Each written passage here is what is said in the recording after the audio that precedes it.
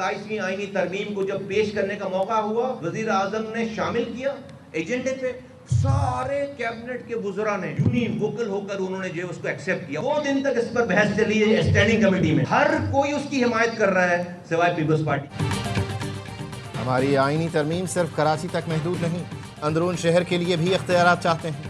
27ویں آئینی ترمیم میں تمام وفاقی وزراء نے ہماری ترمیم سے اتفاق کیا.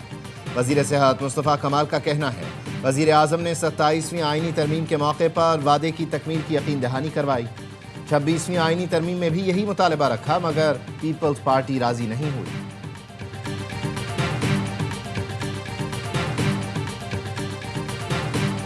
سانحین نے پیپلز پارٹی کی 18 سالہ حکومت کی نااہلی، بد انتظامی اور کرپشن کو اس طرح نمایاں کیا ہے، مکمل طور پہ یہ ناکام ہو گئے. ان کے زیر انتظام چلنے والے وہ سارے محکمے ایسی تصویر پیش کر رہے ہیں کہ شاید ان محکموں میں کچھ بھی نہیں. سانحہ گل پلازہ میں پیپلز پارٹی کی کرپشن اور بد انتظامی کھل کر سامنے آ گئی. امیر جماعت اسلامی کراچی منم ظفر کہتے ہیں 2 ہفتے بعد بھی جاں بحق افراد کی باقیات ورثاء کے حوالے نہیں کی گئیں. کراچی اس وقت سب سے زیادہ غیر محفوظ ہیں. آئے دن سانحات ہو رہے ہیں.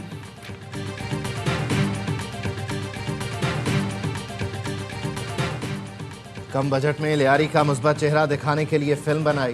بیانیہ پہنچانے کا بہت اچھا طریقہ فلم ہے.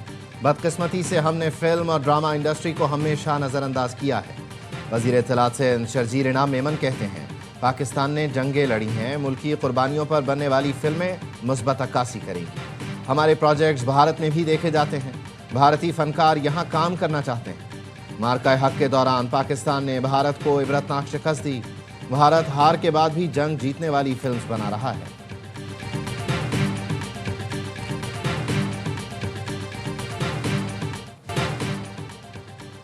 بانی پی ٹی آئی کو کچھ روز قبل پیمز اسپتال لایا گیا تھا. انہوں نے دائیں آنکھ میں بینائی میں کمی کی شکایت کی تھی. پیمز اسپتال کے ایگزیکٹو ڈائریکٹر رانا عمران نے بتایا سینئر ڈاکٹر نے اڈیالہ جیل میں بانی پی ٹی آئی کی آنکھوں کا مکمل معائنہ کیا تھا. ان کی دائیں آنکھ کے ضروری ٹیسٹ تفصیلی طور پر کیے. ان کی دائیں آنکھ میں سینٹرل ریٹینل وین انکلوژن کی تشخیص کی گئی. سینئر ڈاکٹر نے انہیں مزید علاج کے لیے اسپتال بھیجنے کی سفارش کی. ہفتے اور اتوار کی درمیانی شب بانی پی ٹی آئی کو تجویز کردہ علاج کے لیے پیمز لایا گیا. بانی پی ٹی آئی کو مرض اور علاج تفصیل سے سمجھایا گیا. علاج سے پہلے بانی پی ٹی آئی سے باقاعدہ تحریری رضامندی بھی حاصل کی گئی. بانی پی ٹی آئی کا علاج آپریشن تھیٹر میں جراثیم سے پاک ماحول اور نگرانی میں کیا گیا. بانی پی ٹی آئی کا علاج تقریباً 20 منٹ میں بخیر خوبی مکمل ہوا. علاج کے دوران مریض کی وائٹل علامات مستحکم رہیں.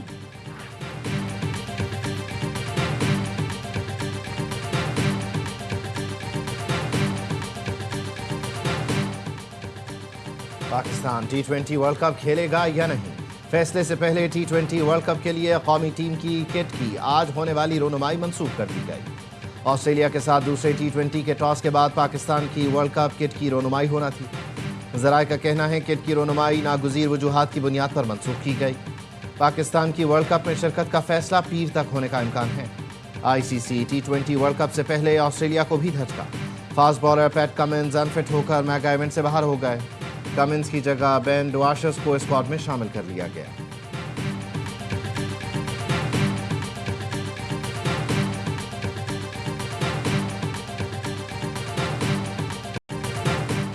پاکستان اور آسٹریلیا کا دوسرا T20 آج کھیلا جائے گا. پاکستان نے آسٹریلیا کو پہلے میچ میں 22 رن سے شکست دی. سیریز کا تیسرا اور آخری T20 کل لاہور میں ہوگا.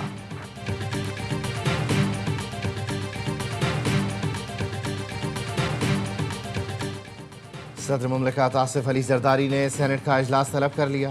اجلاس پیر کی شام 4 بجے طلب کیا گیا ہے. ذرائع کا کہنا ہے اجلاس 2 ہفتے تک جاری رہنے کا امکان ہے. اہم قانون سازی کی جائے گی.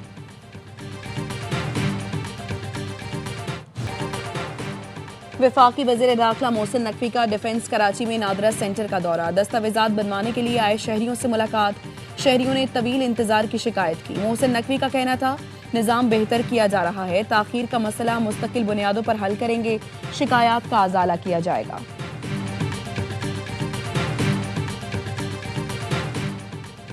پاکستان کی جانب سے اقوام متحدہ کی سلامتی کونسل میں معاہدات کے تقدس پر فارمولہ اجلاس.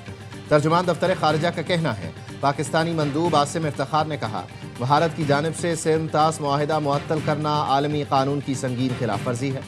سندھ طاس معاہدہ بدستور نافذ ہے۔ معاہدات کو کمزور کرنا عالمی امن اور انسانی سلامتی کے لیے خطرناک ہے۔ پاکستان کی سندھ طاس معاہدہ تنازع میں بھارت کے خلاف اہم قانونی کامیابی۔ عالمی عدالت کا بھارت کو 9 فروری تک پاکستانی دریاؤں پر قائم پن بجلی منصوبوں کا ریکارڈ پیش کرنے کا حکم۔ دی ہیگ میں قائم عالمی ثالثی عدالت نے حکم نامہ جاری کر دیا۔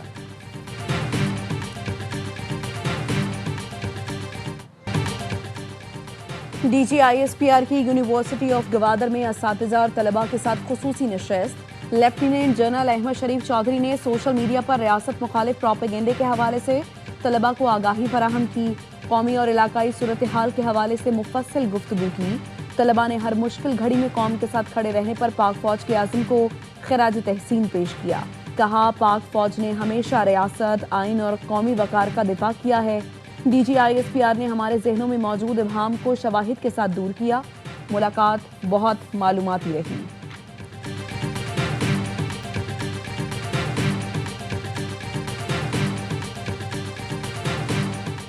ایف بی آر کو 372 ارب روپے کے ریونیو شارٹ فال کا سامنا۔ جولائی سے گزشتہ روز تک 986 ارب روپے ٹیکس وصول کیا گیا، جبکہ جنوری تک ہدف 1031 ارب روپے مقرر تھا۔ ذرائع کا کہنا ہے جنوری سے مارچ کے دوران سپر ٹیکس کی مد میں 200 ارب روپے کی وصولی متوقع ہے۔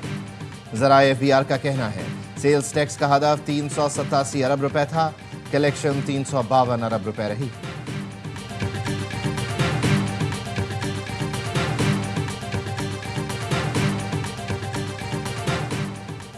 کوہستان سکینڈل میں 6 بے نامی دار ملزمان اپنے اثاثوں سے دستبردار۔ احتساب عدالت پشاور نے سرنڈر کرنے والوں کے بیانات قلم بند کرنے کے بعد تحریری فیصلہ جاری کر دیا۔ مرکزی ملزم قیصر اقبال کی 2 بہنیں، ڈرائیور، بہنوئی سمیت قریبی رشتہ دار شامل۔ عدالت نے کہا بے نامی داروں نے 6 پلاٹس، 3 گھر اور گاڑیاں عدالت کے سامنے سرنڈر کی۔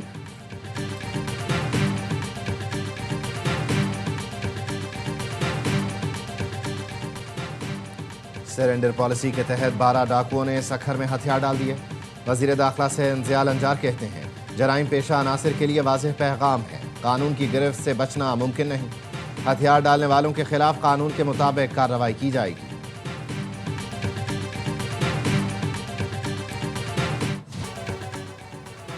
این سی سی آئی کوئٹہ نے نازیبا تصاویر کے ذریعے بلیک میل کرنے والے ملزم کو آلات سمیت گرفتار کر لیا۔ ملزم سوشل میڈیا پر شہریوں کو تصاویر لیک کرنے کی دھمکیاں دیتا تھا۔ ملزم کے موبائل اور ہارڈ ویئر میں سینکڑوں حساس تصاویر کی موجودگی کی تصدیق۔ فورینسک تجزیے کے لیے ڈیجیٹل لیب منتقل۔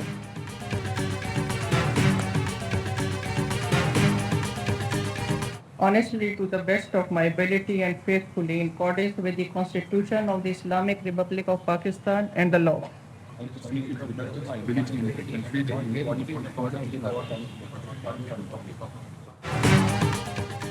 لاہور ہائی کورٹ کے مستقل ہونے والے 11 ججز نے حلف اٹھا لیا۔ Chief justice Lahore high court justice Aliya Neelam نے ججز سے حلف لیا۔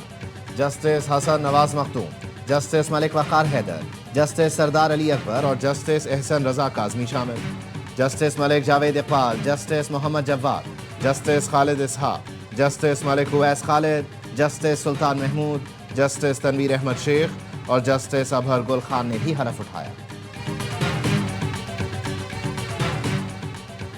غزہ میں اسرائیلی فورسز کی جارحیت، خان یونس پر خیموں پر حملہ، 6 بچوں سمیت 12 فلسطینی شہید۔ اسرائیل کا 2.25 سال بعد کل سے رفح کراسنگ محدود پیمانے پر کھولنے کا اعلان، صرف لوگوں کو آمد و رفت کی اجازت ہوگی۔ یہ اقدام امریکی ثالثی میں غزہ جنگ بندی معاہدے کے تحت کیا گیا۔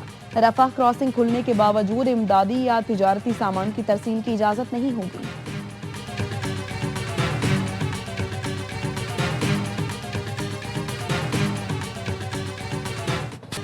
پاسداران انقلاب کے غیر محفوظ اقدام کو برداشت نہیں کریں گے، سمندر میں اشتعال انگیزی سے گریز کیا جائے۔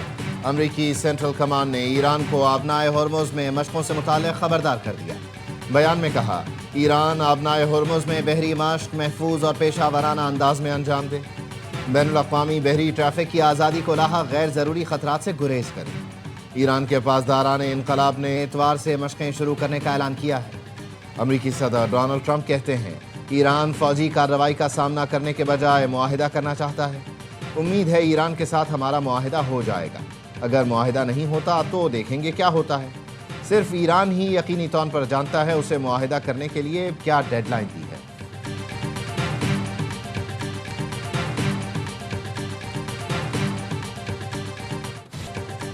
ترکی نے ایران اور امریکہ کے درمیان کشیدگی کم کرنے کے لیے ثالثی کی پیشکش کر دی۔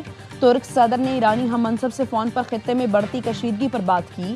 ایران کے صدر مسعود پزشکیان نے کہا ہم جنگ اور مذاکرات دونوں کے لیے تیار ہیں۔ گزشتہ روز ایرانی وزیر خارجہ نے بھی استنبول میں ترک صدر سے ملاقات کی تھی۔ عباس عراقچی نے کہا تھا ایران کو مذاکرات پر اعتراض نہیں، لیکن دھمکیوں کے سائے میں مذاکرات نہیں ہو سکتے۔ ایران کے سپریم نیشنل سیکیورٹی کونسل کے سربراہ علی لاریجانی کا ماسکو کا غیر اعلانیہ دورہ، روسی صدر پیوٹن سے ملاقات کی۔ ترجمان کرملن نے بتایا خطے کی صورتحال، روس اور ایران کے درمیان اقتصادی تعلقات پر بات چیت ہوئی۔ امریکی وزیر خارجہ UAE ہم منصب شیخ عبداللہ سے ٹیلی فونک رابطہ، خطے کی سلامتی میں تعاون بڑھانے پر اتفاق۔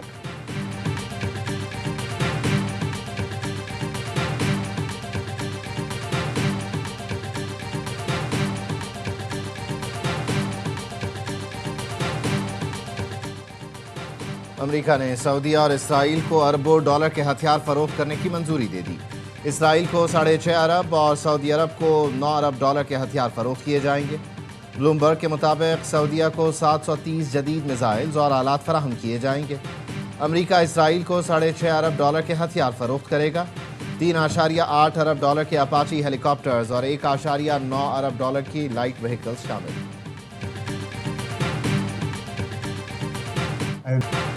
زیلنسکی اور پیوٹن ایک دوسرے سے نفرت کرتے ہیں۔ امریکی صدر ڈونلڈ ٹرمپ کا کہنا ہے یوکرین جنگ سے زیادہ مشکل جنگیں ختم کروائی ہیں، لیکن روسی صدر پیوٹن اور یوکرین کے صدر زیلنسکی ایک دوسرے سے نفرت کرتے ہیں، جس کے باعث جنگ بندی میں مشکلات پیش آ رہی ہیں۔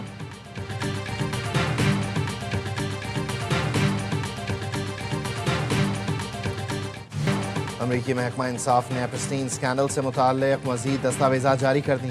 35 لاکھ سے زائد صفحات پر مشتمل دستاویزات میں 2000 سے زائد ویڈیوز اور 1,80,000 تصاویر شامل۔ دستاویزات میں متاثرہ افراد کی شناخت چھپانے کے لیے کچھ حصے ایڈٹ کیے گئے ہیں۔ جیفری ایپسٹین پر کم عمر لڑکیوں کے جنسی استحصال کے سنگین الزامات تھے۔ جیفری ایپسٹین 2019 میں امریکی جیل میں مردہ پایا گیا تھا۔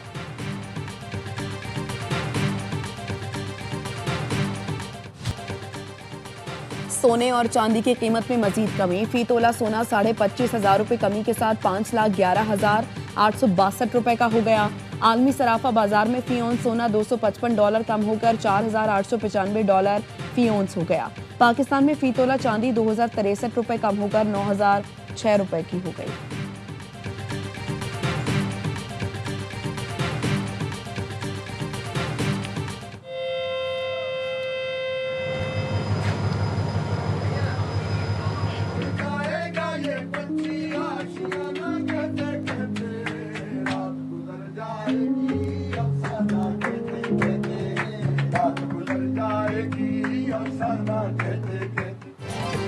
اور سندھ حکومت کی سیاحت کے فروغ کے لیے خصوصی موہنجو دڑو ٹرین سفاری کا کراچی سے سفر کا آغاز۔